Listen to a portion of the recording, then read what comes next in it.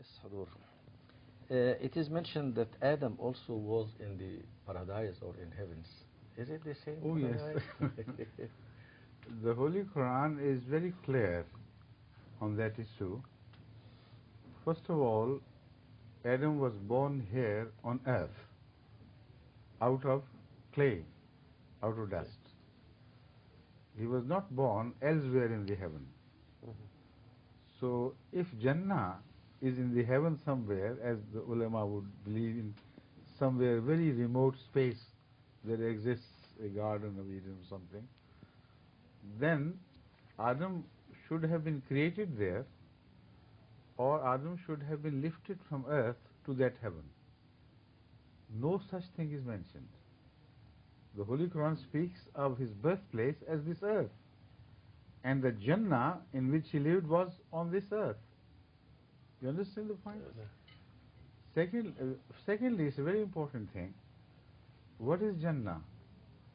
It's a garden with thick foliage and fruits and trees. And the Holy Quran has itself explained the Jannah in which Adam was born. Adam was born in a Jannah with trees which were tayyaba and trees which were khabisa.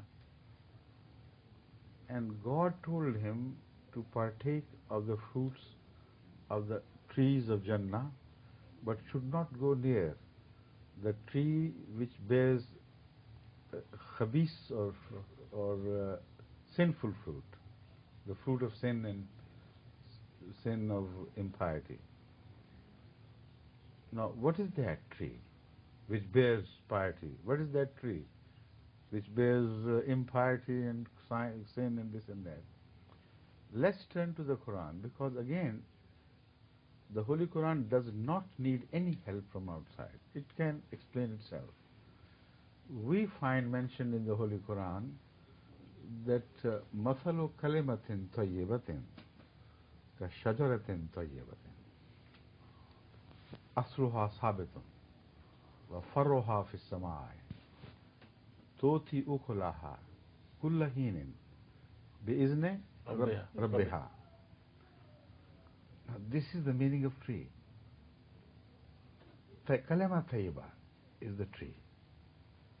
And the misal or masal of woman, a believer, is like a kalima tayyiba who lives with the word of God and does not deviate from that. Although that man, believer, true believer, seems to be rooted on earth, but his branches shoot off. His trunk rises to heaven. So he derives its fruit not from the earth but from the heaven. بِإِذْنِ رَبِّهَا. And it knows no season. Even in spring it gives fruit, even in autumn it gives fruit. It's an everlasting fruit-bearing person, that is to say, the mu'min lives with the signs of Allah, true believer. He receives his revelation from God, and that revelation knows no season. It's not confined to any particular time of the year or a period in his life. Once it comes, then it lives. Man lives with such a thing. This is Jannah. That is the true tree, which the Allah told Adam that this is the Jannah created for you. That is the word of God, revelation of God, the Sharia, which has been revealed to you. If you live within the four walls of Sharia, then that will be Jannah for you and for the mankind. If you deviate from that and eat the fruit of that tree which is khabitha, that is to mean that it violates the word of God, kalimatan khabitha. It has nothing to do with the word of God. Then to that extent you will suffer, and you will lose and destroy your own Jannah. So the moment it happened, then God decided that he should leave Jannah. Ihbitu minha jamiya. All of you leave this Jannah now. This also raises a very interesting question.